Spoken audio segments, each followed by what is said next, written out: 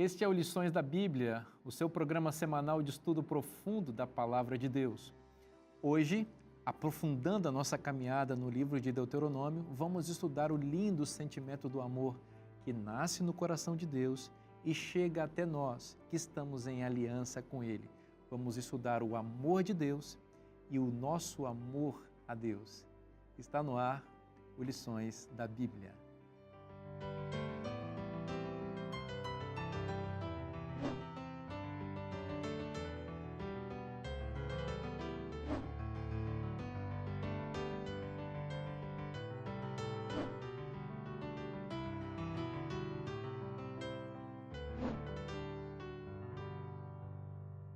Ao longo desta temporada, estamos estudando o livro de Deuteronômio, que é o livro do amor, e no programa de hoje, conforme eu já disse, nós vamos conversar sobre o amor a Deus e o amor de Deus, o que isso significa e como se interfere em nossa vida. E mais uma vez eu tenho a alegria de ter a companhia dos meus queridos amigos que estão estudando comigo e com vocês ao longo dessa temporada o livro de Deuteronômio, e eu apresento mais uma vez o pastor Diogo. Alegria ter você comigo mais uma vez, pastor Diogo. Alegria minha, pastor Vinícius. Estou feliz por estar aqui com o pastor Elias e o pastor Daniel juntos aqui para crescermos no conhecimento da palavra de Deus e compartilhando com os nossos amigos que estão nos assistindo. Legal, pastor Elias, que bom ter o senhor mais uma vez conosco. Muito obrigado pelo privilégio, é um prazer para mim estar aqui. Privilégio nosso e também receber pastor Daniel. Seja bem-vindo mais uma vez, meu amigo. Mais uma semana juntos, vamos aprender, sobre esse amor que Deus estabelece aqui. Deuteronômio, pastor Elias, pastor Diogo, prazer estarmos juntos. E é você que nos assiste também. Legal. Daniel, por favor, faz uma oração para a gente. Vamos orar. Senhor Deus, mais uma vez nos aproximamos da Tua Palavra, acreditamos que na Tua Palavra temos o direcionamento, nós temos a revelação do amor e temos a condição necessária para seguirmos fazendo a Tua vontade. Amém. Amém. Nesse instante em que nos debruçamos diante dela com humildade, pedimos que o Senhor permaneça conosco. Santo Espírito, fala aos nossos corações e também ao coração de todos aqueles que nos ouvem e que estão atentos à Tua Palavra, em nome de Jesus. Amém. Amém. Amém. Deuteronômio capítulo 6, versículos 4 e 5. Vamos chegar ao coração do livro de Deuteronômio. E vamos meditar sobre uma passagem que fundamenta a religião judaica e que também é muito importante para a religião cristã. Deuteronômio capítulo 6, versículo 4 diz: Ouve Israel, o Senhor nosso Deus é o único Senhor. Amarás, pois, o Senhor teu Deus de todo o teu coração, de toda a tua alma e de toda a tua força. Estas palavras, verso 6, que hoje te ordeno, estarão no teu coração. Ouve Israel. Essa é a tradução da palavra ou da expressão hebraica Shema Israel. Ouve Israel. Pastor Diogo, por que essa expressão é tão importante para a religião judaica e para a religião bíblica cristã que nós professamos? Sim. Bom, esse é um consenso, Era um consenso, mesmo na época de Jesus, que esse era o texto central da fé israelita, Tanto que Jesus foi perguntado qual é o mandamento central e Jesus falou sobre isso, Ele falou que era o Shema. E por que ele falou? Havia uma regra na hermenêutica judaica, ou seja, no estudo, na interpretação judaica, de que havia leis que eram mais importantes do que as outras. É uma regra chamada Kal Vachomer. E havia leis que, por exemplo, em que em algum caso pudessem entrar em contradição, e aí você teria que escolher qual lei você teria que seguir. Jesus usou esse caso, por exemplo, no caso na história do bom samaritano, na parábola do bom samaritano. O que seria mais importante? Você se manter incontaminado para estar no templo ou você ajudar alguém necessitado? E Jesus mostrou que o que eles estavam fazendo é fazer uma interpretação errada da lei. Eles teriam que ter ajudado primeiro e depois se purificar, se eles estivessem tocando em alguém imundo.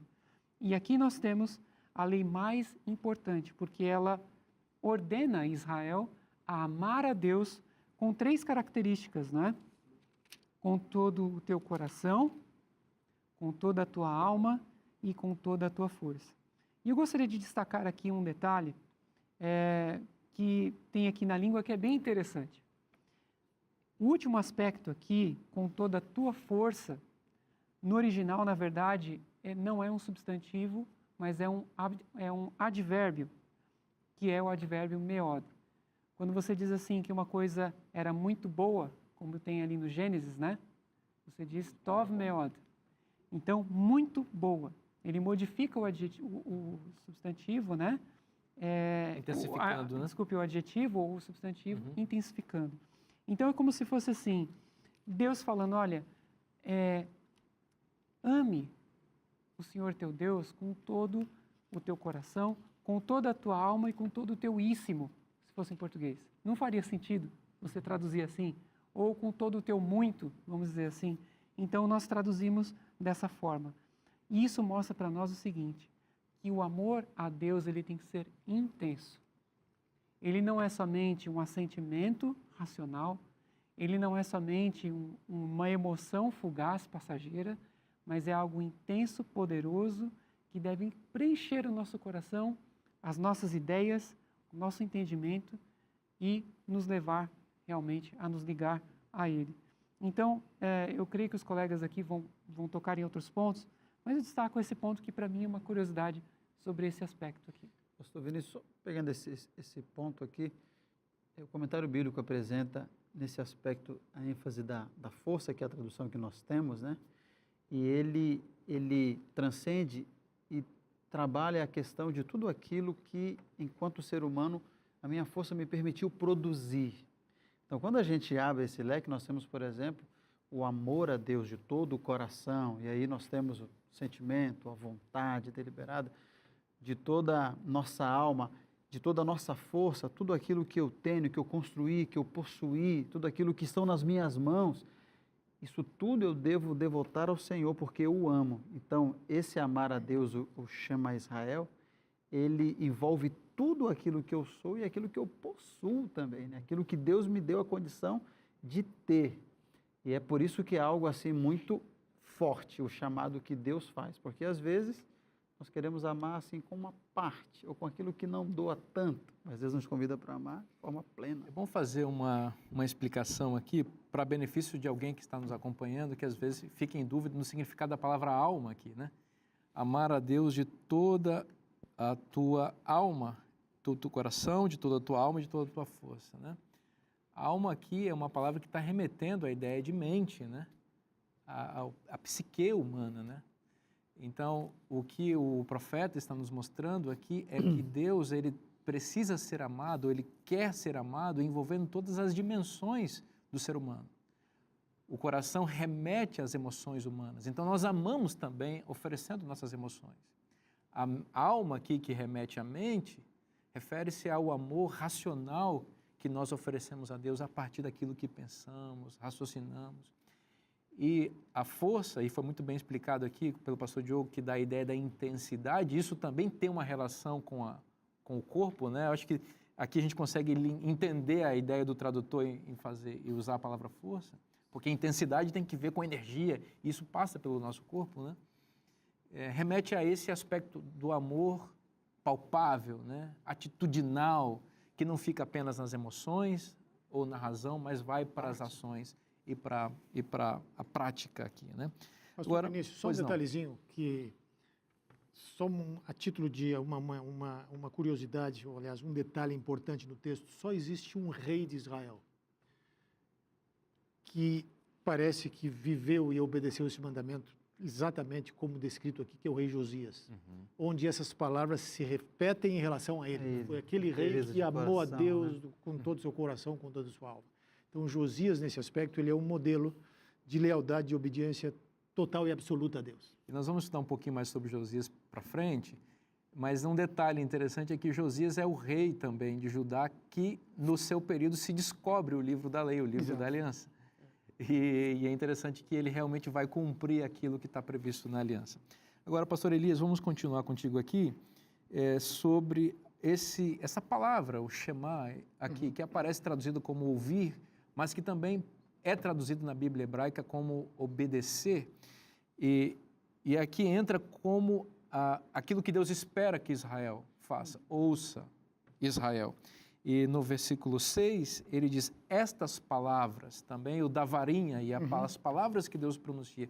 Então, de um lado, nós temos Deus falando as palavras, e de outro, a expectativa dele que Israel ouça essas palavras. Qual é a importância desse verbo aí, shema, ou ouvir, para o contexto da aliança, né?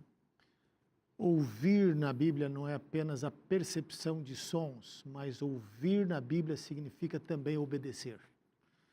Viver de acordo com o ideal daquilo que a gente está ouvindo. Não é apenas perceber sons. E nesse contexto aqui de Deuteronômio, eu acho que é bom a gente ter em mente que em Deuteronômio existem 2 pontos teológicos que são centrais para julgar e para avaliar toda a história de Israel. Um está aqui no Shema. Ouve, ó Israel, o Senhor nosso Deus é o único Senhor. Israel deveria ouvir e entender que há um só Deus.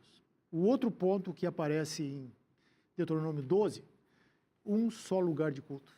Deus escolheu um só lugar. Essas duas coisas estão juntas, porque a intenção de Deus aqui é proteger o povo da idolatria. Para que essa proteção pudesse ser efetiva, o povo teria que ouvir a Deus, ouvir a lei, obedecer a Deus. Não apenas perceber o som que estava sendo emitido das palavras, mas agir de acordo com elas. Você vê que coisa interessante nesse mandamento de ouvir o quê? Ouvir que Deus é o único Deus. O único Deus. E há uma referência lógica e imediata que nós fazemos aqui com o primeiro mandamento. Não terás outros deuses diante de mim. Então, o Shema, ele resume o decálogo. Na medida em que o decálogo, todos os demais 9 mandamentos, são desdobramentos do primeiro mandamento. Como é que eu não tenho outros deuses diante de mim? Não fazendo imagens de escultura, tem um segundo mandamento. Não tomando o nome do Senhor, Deus, em vão também. Guardando o sábado e assim sucessivamente. Tem um detalhe interessante. O mandamento diz ouvir. Ouve, ó Israel. Ou escute, ó Israel. Não é o verbo ver aqui. O ver pode levar à idolatria. O ouvir vem da fé. Porque aquilo que você vê, você não precisa ter fé, você está vendo. Ouvir. Então, Deus está dizendo, ouça e obedeça as minhas palavras. E é interessante que depois o apóstolo Paulo vai elaborar, provavelmente tendo isso como pressuposto, em Romanos 10, verso 17, que a fé vem pelo ouvir da palavra de Deus. Então, ouvir realmente é algo muito importante. E eu fico pensando numa coisa aqui, pastor Daniel, que nos motivos pelos quais Deus enfatiza essa questão do ouvir aqui, o ser humano, com a natureza não regenerada, a natureza pecaminosa, ele tem uma dificuldade de ouvir. Os outros, e sobretudo Deus.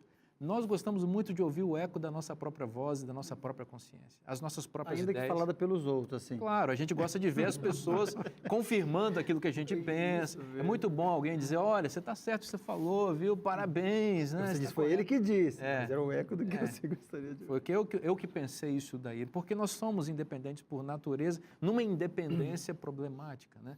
Então Deus está dizendo, ouve. E o grande problema de Israel, e o nosso também, é a dificuldade de ouvir. E essa dificuldade de ouvir está associada com o pecado original, que tem que ver com orgulho. Não é que é quando Satanás, Lúcifer lá no céu, ele resolve desconsiderar aquilo que Deus é e faz e fala para considerar a sua própria vontade, sua própria escolha e a sua própria maneira de enxergar a realidade. O que vai acontecer com Eva depois. Deus disse assim, mas eu vou fazer dessa maneira. E foi assim que a serpente enganou a primeira mulher e os nossos primeiros pais caíram em pecado. E esse é o mesmo caminho pelo qual nós seguimos e às vezes quebramos a cara, porque não queremos ouvir a Deus, nem os conselhos sábios que são colocados, mas queremos ouvir apenas a nós mesmos. E, pastor Vinícius, você mencionou o contexto de Lúcifer, né? Quanto anjo de luz, e aí nós temos um comentário assim bem abrangente do livro História da Redenção, quando a escritora Ellen G. White menciona o aspecto de que depois que ele ludibriou outros anjos e que Deus vai conversar com ele no contexto de que ele volte atrás, se ele tivesse dado ouvido a essa orientação, nós não teríamos toda a confusão que nós tivemos depois disso. Mas essa atitude inicial esse sentimento, esse orgulho, esse não ouvir, ele sai da atmosfera celestial e passa agora no contexto da terra com Eva.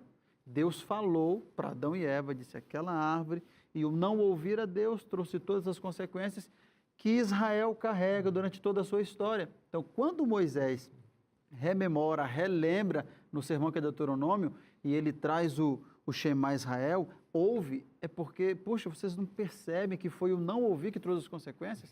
Mas para mim o mais grave de tudo isso é que nós, hoje, ouvindo tudo que já foi dito, todas as reiteradas vezes que Deus diz ouça, ouça, a gente ainda não ouve. Deixa eu só cabecear essa bola aí que o pastor Daniel levantou. Pastor, gostei Aqui é o seguinte, os craques vão tocando bola aqui e fazendo golaços aqui. A religião bíblica, ela é baseada muito mais no ouvir do que no ver. Porque ela é baseada na palavra. E a palavra você ouve, você não vê, você ouve. A entrada do pecado, como o pastor Daniel acabou de dizer, foi porque Eva não ouviu, mas ela viu o fruto da árvore e achou que era melhor, que era suficiente para ela, para dar sabedoria. Se ela tivesse ouvido a palavra de Deus, ela não teria visto aquilo que não deveria ver. Que análise fantástica. Não, e depois você vai ver, por exemplo, no ministério de Cristo, que as pessoas queriam ver os sinais, queriam ver os milagres. Onde está? E ele estava ali cumprindo a palavra, profetizando, falando, né? E eles não quiseram isso daí. Tem muita coisa... Muito interessante, né? Pastor Elias, jogar só mais uma pimentinha para terminar. Faz mais um golaço aí. Na crise final, nós teremos uma imagem. E imagem tem que ver com visão. Com visão. Né? E a mensagem ali dos anjos é uma mensagem praticamente ouvida. Né? Eles anunciam para serem ouvidos. Tem um evangelho eterno para pregar, diz lá em Apocalipse 14. Em oposição, uma imagem que se levanta, uma imagem visível, para ser vista, né? Muito bom. Exatamente. Olha, eu proponho que se saia um artigo a partir daqui, né? Podemos fazer aqui. Ver, né?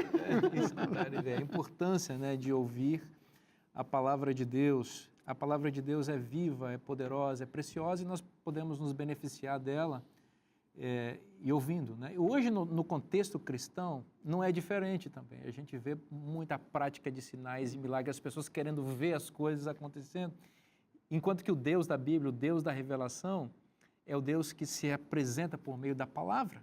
E Ele vai falando ao nosso coração. Eu quero, já que a gente está falando de ouvir a palavra de Deus, Apocalipse diz, bem-aventurado aquele que ouve as palavras dessa profecia. E eu quero convidar você a ouvir a palavra de Deus por meio do registro dela. Que quando você estuda a palavra de Deus, o Espírito Santo vem e fala em sua mente aquilo que está escrito no livro. E o guia de estudos é exatamente para conduzir você no estudo da palavra de Deus. Então, se você deseja conhecer um pouco melhor sobre este guia de estudos, como adquiri-lo, conhecer um pouco mais sobre ele, você já sabe, está aparecendo no seu vídeo, cpb.com.br, é o site da Casa Publicadora Brasileira. O Lições da Bíblia vai para um breve intervalo, não sai daí porque a gente volta já já. Estamos de volta com o Lições da Bíblia, o seu programa semanal de estudo profundo da Palavra de Deus. E no bloco anterior estávamos falando um pouquinho sobre o amor de Deus previsto em sua eterna aliança, que está esboçada aqui no livro de Deuteronômio. Eu quero mostrar para você este material que eu tenho apresentado para você toda semana. Isso a gente apresenta porque a gente acredita que é algo muito bom e tem feito muito bem para a nossa vida e a gente gostaria que também você se beneficiasse com isso. É o comentário de Ellen White sobre os temas do nosso guia de estudos. É uma preciosidade e que precisa estar na sua biblioteca, na sua casa, abençoando a sua vida e a sua família. Se você deseja conhecer um pouco mais sobre este e outros materiais da Casa Publicadora Brasileira, é só acessar o site que está aparecendo no seu vídeo. É fácil, cpb.com.br. Bom, a gente está estudando, conforme dissemos no bloco anterior, o coração do Deuteronômio, que é Shema Israel. Essa ordem divina, esse pedido divino para que Israel, o seu povo, ouça o que ele tem a dizer. E nós trabalhamos os versos 6, 4 e 5, e agora vamos ler aqui o verso 6 e vamos seguir com ele aqui. Estas palavras, que são as palavras do Shema Israel, que hoje te ordeno, estarão no teu coração. E aqui, a gente até falou no programa anterior, mas nunca é demais enfatizar, Deus de novo voltando a ideia de falar ao coração. Veja que não é uma religião externa, mas é uma religião de dentro para fora, estarás no teu coração. E esta religião que nós devemos ouvir, essas palavras que nós devemos ouvir com atenção, que devem estar no nosso coração, elas devem transbordar de nós para a nossa família. Veja, o ditado, né? A boca fala do que está cheio o coração. Então, o coração aqui tem que estar cheio das palavras que Deus ordena, que é o Shema, Deus é o único Deus, o decálogo, a aliança tem que estar no meu coração. Deus está dizendo isso. E quando isso estiver no meu coração, aí ele fala para mim o seguinte, verso 7, tu as inculcarás a teus filhos. Inculcar aqui é imprimir na mente deles, transferir para eles aquilo que está no seu coração. E delas falarás assentado em tua casa, e andando pelo caminho, e ao deitar-te, e ao levantar-te.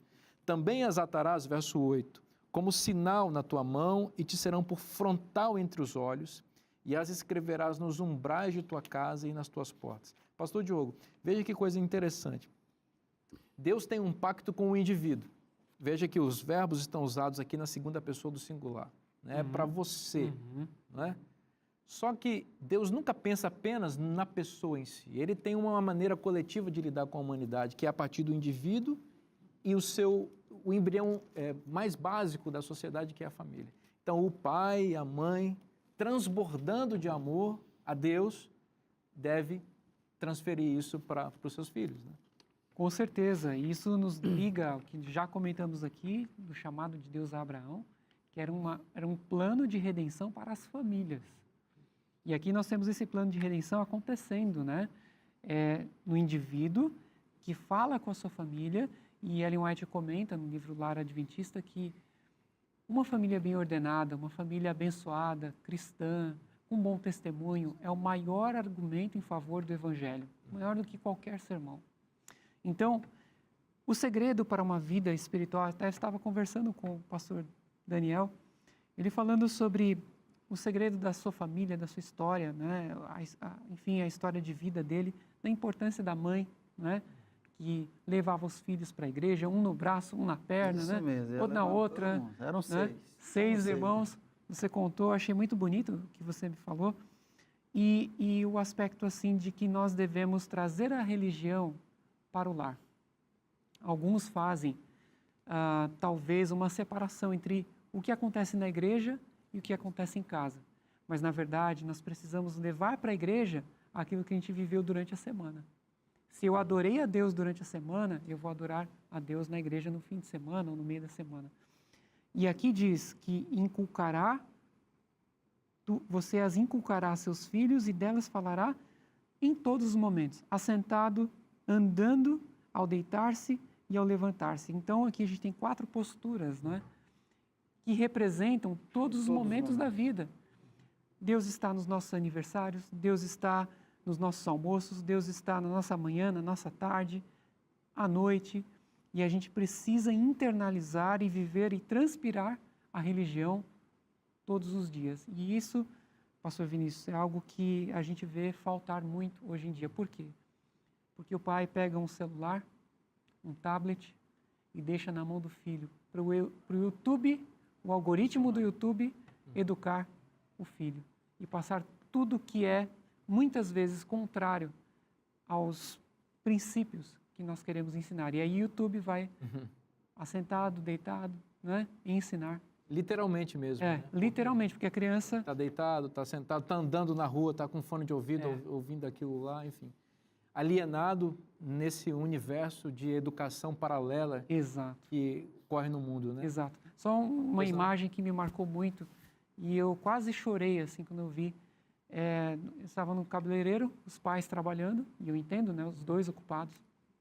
E o filho, isso foi antes da pandemia, né? E o filho de uns 4, 5 anos no máximo, numa cadeira, o celular ali, encurvado assim, encurvado diante do celular, e o celular ali tocando, um gamezinho ali, e o filho querendo parar, e os pais falando para ele, não filho, continua aí.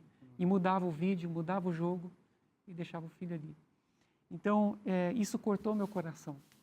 E eu creio que em muitos lares, as crianças estão vivendo nessa situação. E ao contrário do que nós vemos aqui, porque aqui nós temos pressuposta uma relação de pai e filho, de mãe e filho, de conversa, de interação, e não de você isolar o filho com um dispositivo eletrônico e ele ser educado por esse dispositivo. Você sabe que aqui nesse capítulo, do verso 20, tem uma coisa que eu estava meditando esses dias, eu achei lindo isso. Olha o que diz: quando o teu filho no futuro te perguntar dizendo, que significam os testemunhos, estatutos e juízos que o Senhor nosso Deus vos ordenou? Quando o teu filho te perguntar. Veja, a gente pergunta sobre coisas que nos interessam. A gente faz perguntas sobre coisas que estão quentes na nossa mente. Para o qual fomos despertados. Fomos despertados para elas. Então, veja, aqui a questão é, Deus está pressupondo que os filhos dos filhos de Israel, no futuro, iriam perguntar sobre a lei de Deus. Mas, obviamente, eles só poderiam ser perguntados se eles fossem introduzidos a ela. Então, esse é o papel paterno e materno, o papel educativo, né? Introduzir a lei de Deus em casa, na conversa, no diálogo, pai, filho, mãe, fazer a lei de Deus, a palavra de Deus, o centro do lar. Infelizmente, o celular, as mídias sociais, a televisão se tornaram o centro de muitos lares. As pessoas se reúnem em torno disso para se alimentar. E como você disse, a palavra de Deus deixa de ser o alimento primordial daquela família, os valores da palavra de Deus deixam de ser transferidos para aquele lar, e quem vai alimentar e guiar, orientar essa família são os formadores de opinião desse mundo. E olha, eu vou falar uma coisa para vocês, está difícil, viu? Seguir os formadores de opinião desse mundo está complicado, porque se os nossos filhos seguirem aquilo que está sendo proposto ali, em muitos desses formadores de opinião, youtubers, vamos falar claramente, né? Influenciadores digitais, apresentadores de televisão que estão por aí, o que vai acontecer com os nossos filhos? Se a cabeça deles for formada por essas pessoas, que futuro haverá para a igreja? Então é preciso, fundamentalmente, voltarmos aos princípios da palavra de Deus. Pastor Vinícius, quando Deus reitera para Israel que ouça, e que depois você leu o verso 20, mas que Israel ensine para os seus filhos, e quando perguntarem, que eles possam relembrar, eu fico imaginando que Israel sofria, ou ele vivia os mesmos desafios contemporâneos que nós vemos hoje, tendo nações, como a Bíblia apresenta, várias nações ao seu redor, idólatras, que adoravam outros deuses. Isso chegava até Israel, isso tinha uma interferência. Então, Deus dá um antídoto dizendo, olha, são essas palavras que você vai falar e elas vão ajudar.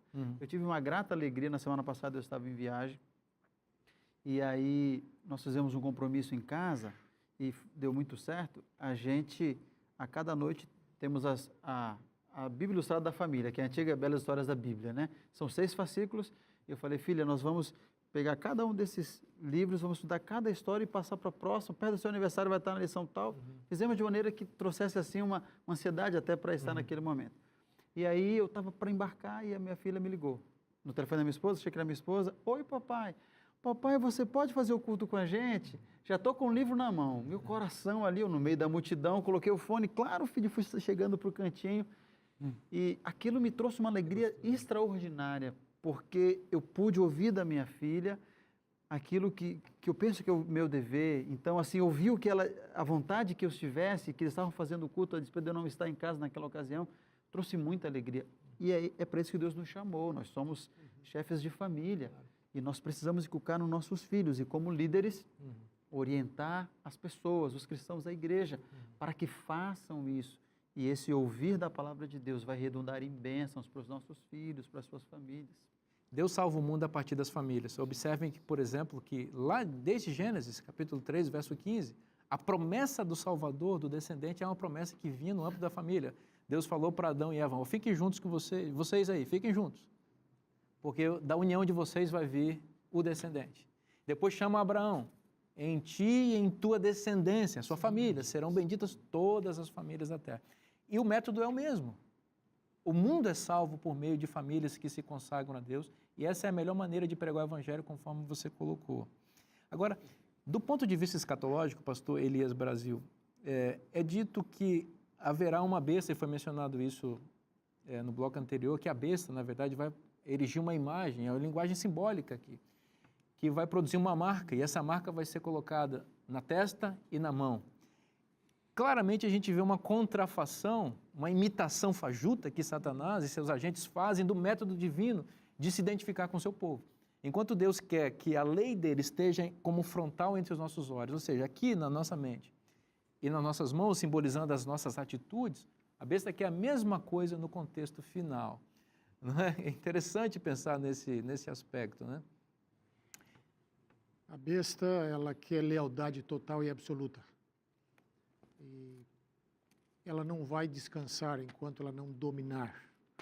E a gente precisa estar atento, porque muitas vezes nós estamos esperando uma besta que vai se levantar no final da história humana. Ela já está por aí. Né? A gente está se projetando lá, fazendo cálculos cronológicos, e eu não estou dizendo que isso não é correto para mim, do ponto de vista profético. Obviamente isso vai acontecer. Mas nós já temos os primeiros sinais, né, desses poderes hoje. Tentando destruir as famílias, tentando destruir a nossa relação com Deus através de sistemas falsos de adoração, porque em última instância a besta, do ponto de vista bíblico, ela é um sistema que vai vai distorcer a nossa adoração, canalizar a adoração que nós devemos a Deus para esse sistema falso. E de alguma forma a besta já está, digamos assim, treinando o seu engano final com os recursos que hoje estão por aí.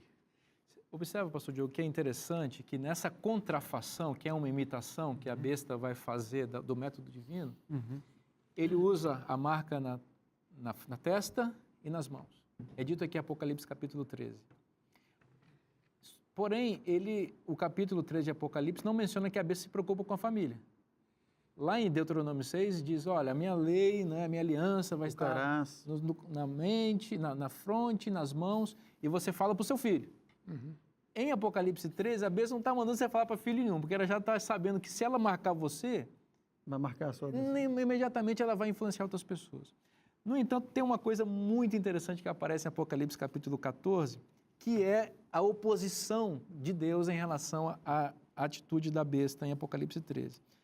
Capítulo 14, verso 1 diz assim, olhei, eis o cordeiro em pé sobre o monte Sião, e com ele 144.000, tendo na fronte, escrito o seu nome e o nome de seu pai. Aqui você vê que quando volta-se ao plano ideal, o plano real, original de Deus, de identificação dele com o seu povo, falando do selo de Deus aqui, aí volta a ênfase familiar. Então tem o nome da pessoa e o nome do seu pai. Do ponto de vista aqui simbólico, me faz pensar de que essa transmissão dos valores do reino de Deus, que identificam as pessoas com ele, com Deus, idealmente essa relação se dá no contexto pai-filho, né? O nome da pessoa e o nome do seu pai. Parece que lembrar que foi o pai que ensinou lá em Deuteronômio 6, inculcou na mente, no coração, colocou na porta da casa como umbral, no umbral das portas, nos umbrais das portas, para proteger aquela família da maldição que viria. Com certeza. Nós vemos aqui um ponto muito importante, aqui na crise final, né, já abrimos esse parêntese aqui, né, que há uma grande contrafação, né, à lei de Deus, ao povo que guarda os mandamentos de Deus, ali em 12:17. E os mandamentos de Deus, lembremos, é a aliança. Então, ao esse sistema falso tentar assumir, né, esse papel de destruir a aliança de Deus em nós, o que ele está querendo fazer? Ele está querendo destruir a nossa ligação com Deus, nosso relacionamento com Deus e também destruir o nosso futuro com Deus, destruir a nossa salvação. Então, fica aqui um apelo, né, para todos. Gostaria de fazer um apelo, todos nós aqui reunidos e aqueles que nos ouvem, nos assistem, que busquemos a palavra de Deus, meditemos, como diz aqui, inculcarás, né? E aqui é a imagem clássica do discípulo, né? O discípulo caminha atrás do pó das sandálias do seu mestre. E qual é o maior discipulado que existe que um pai, um filho, ou uma mãe, uma filha, né? Ou um filho aprendendo por preceito e exemplo, né? Ou seja, daquilo que sai da boca e das ações, aquilo que nós fazemos. Agora eu vou confessar que nem sempre é muito fácil. Não é fácil. Às vezes a gente erra e a gente tem que ensinar os nossos filhos que é importante pedir desculpas. E às vezes eu mesmo peço desculpas para os meus filhos quando eu erro. E às vezes o Espírito Santo, mesmo quando a gente pede desculpas, a gente fica ali, né? Puxa, por que eu agi assim, né? mas é um exercício diário, uma caminhada com Deus e uma preparação para o futuro dos filhos. Como os pais prepararam Daniel e seus amigos, nós hoje estamos preparando os nossos filhos para o futuro que virá. Eu não tenho dúvida que ter filhos é uma maneira divina de educar o nosso caráter como pais. Porque eu, particularmente, me vejo espelhado na minha filha em termos positivos e negativos. Vejo os meus defeitos ali presentes, né? E esses defeitos que vejo espelhados nela, que quero que corrija, eu entendo que só pode ser corrigido nela se primeiro for corrigido em mim. Então, há um processo de salvação de pai para filho. Deus quer salvar a sua família, mas a gente vai dar um breve intervalo. Continua com a gente, porque o programa Lições da Bíblia volta já já. Eu penso que, em primeiro lugar, nós precisamos definir e entender o que é amor do ponto de vista bíblico. E eu creio que a palavra amor, o substantivo amor, é uma das palavras talvez mais mal compreendidas hoje, porque nós vinculamos amor a sentimento. E na Bíblia o amor não está primariamente relacionado com sentimento ou com emoção. Voltamos com o programa Lições da Bíblia e no bloco anterior nós estávamos conversando sobre o amor de Deus, como Deus deseja marcar o seu povo e ao mesmo tempo como o inimigo quer fazer o mesmo e a gente tem que fugir disso. Eu quero apresentar para vocês este estudo bíblico precioso desenvolvido pelo pastor Luiz Gonçalves para abençoar a sua vida e para você saber de que lado ficar neste grande conflito que está estabelecido no mundo. Você precisa conhecer a verdade, porque é a verdade que liberta. E esse é o tema deste estudo que eu ofereço para você gratuitamente. Se você deseja receber em sua casa sem custo nenhum, é só você mandar uma mensagem pelo WhatsApp que está aparecendo aí na sua tela ou ligar para a gente por esse mesmo número e nós vamos ter a alegria de enviar para você esse material completamente de graça, tá bom? Bom, gente, o amor é um tema inesgotável e esse é um tema realmente que aparece fartamente no livro de Deuteronômio. Na realidade, o substantivo amor aparece pela primeira vez na Bíblia no livro de Deuteronômio. O conceito de amar já apareceu na Bíblia antes, especialmente em Gênesis, capítulo 22, ali nós vimos o amor do pai pelo filho, o ato de amar, mas o substantivo amor aparece aqui. Agora, uma coisa que é interessante aqui, pastor Elias, e que a gente descobre quando estuda o Pentateuco e a Bíblia como um todo, é que Deus ama Israel, seu povo eleito, mas Israel não tem muitos elementos para aguçar esse amor em Deus. Por exemplo, a nossa perspectiva de amor, ela tem um pouco essa dimensão do despertamento para o amor. Todos nós aqui somos casados, muito bem casados com nossas esposas, e a gente pode se lembrar do tempo que a gente estava querendo namorar aquela garota, né? Que a gente conheceu. Por que a gente sentiu aquela coisa no coração? Algo despertou. Tinha uma beleza ali. Não vamos usar o verbo no tempo certo, né? Tem verbo, porque senão a gente apanha quando chega em casa, né? Tem uma beleza ali, né? E é eterna, e tem mesmo, né? A beleza, o perfume, o jeito de falar, a maneira dócil de se comportar, aquela coisa que chamou a nossa atenção. Então, o sentimento veio e a gente trabalhou para que ele também brotasse lá. Às vezes é mais difícil, né? Porque a gente não tem muita coisa, né? Nesse aspecto, Deus ajuda. Deus ajudou, né, Daniel? Então, para haver essa reciprocidade do sentimento, o amor que estava aqui e para lá. Agora, quando a gente pensa em Deus amando Israel, a comparação que os profetas fazem muitas vezes, o profeta Ezequiel, eu creio que vai fazer essa comparação, olha, você estava no lixo, totalmente, a ideia de uma mulher mesmo, né? Estava lá, perdida, sem nada, o odor horrível. No deserto, abandonada, e eu fui lá e te amei. Né? O próprio profeta Oséias também vai mostrar um pouco essa dimensão e ainda acrescentando o aspecto da traição, né? Além de ser uma mulher escrava que foi vendida como escrava depois, traiu e ele assim ama. Como entender isso, pastor Elias? Como é que Deus ama a gente sem a gente despertar nada nele? Eu penso que, em primeiro lugar, nós precisamos definir e entender o que é amor do ponto de vista bíblico. E eu creio que a palavra amor, o substantivo amor, é uma das palavras talvez mais mal compreendidas hoje, porque nós vinculamos amor a sentimento. E na Bíblia o amor não está primariamente relacionado com sentimento ou com emoção. Este é um fenômeno relativamente moderno que vem aí a partir do iluminismo com o romantismo, etc. Do ponto de vista bíblico, o amor é um fruto da vontade, é uma decisão. Eu decido amar. O sentimento vem depois. Uma forma de talvez entender e comparar isso é com as culturas bíblicas, culturas orientais e até mesmo ainda hoje, quando os casamentos são arranjados. Então, o casal não se escolhe porque um achou o outro bonito, porque houve aquele sentimento, aquela emoção. Não, é uma decisão dos pais. Eles se unem em casamento e às vezes se conhecem no dia do casamento. E às vezes um pouco antes, mas não há este elemento de sentimento que vai provocar a união. A união é uma decisão dos pais. Mas essa união, eles entram nessa união com o compromisso de amar. E o amor se desenvolve, então, ao longo da vida. Então, quando Deus nos ama, Ele não nos ama porque nós temos algo em nós que o atraia. Ele nos ama porque é uma decisão dele. É isso que torna o amor de Deus eterno, absoluto e infinito, porque ele não depende de um sentimento, ele é um princípio. Deus é amor. E quando nós retornamos esse amor para Deus, quando nós amamos a Deus, a gente precisa entender também que nós não precisamos ficar à espera de uma emoção, de um êxtase espiritual. Amar a Deus é decidir obedecer, decidir servi-lo pelo que Ele é. Muito bom. E aí, o amor, o sentimento virá ao longo da experiência, mas o amor é primariamente um ato da vontade, a decisão de obedecer. Veja como isso é perigoso, né? Essa confusão do conceito de amor que o senhor colocou. Eu me lembro, por exemplo, que estava lá estudando teologia, eu estava dando estudo bíblico, seguindo ali a cartilha correta ali que os professores ensinavam a gente, né, Daniel? Até hoje, bíblico, né? Estamos continuando, aí. Né? Exatamente. Eu me lembro que estava dando estudo bíblico para uma senhora.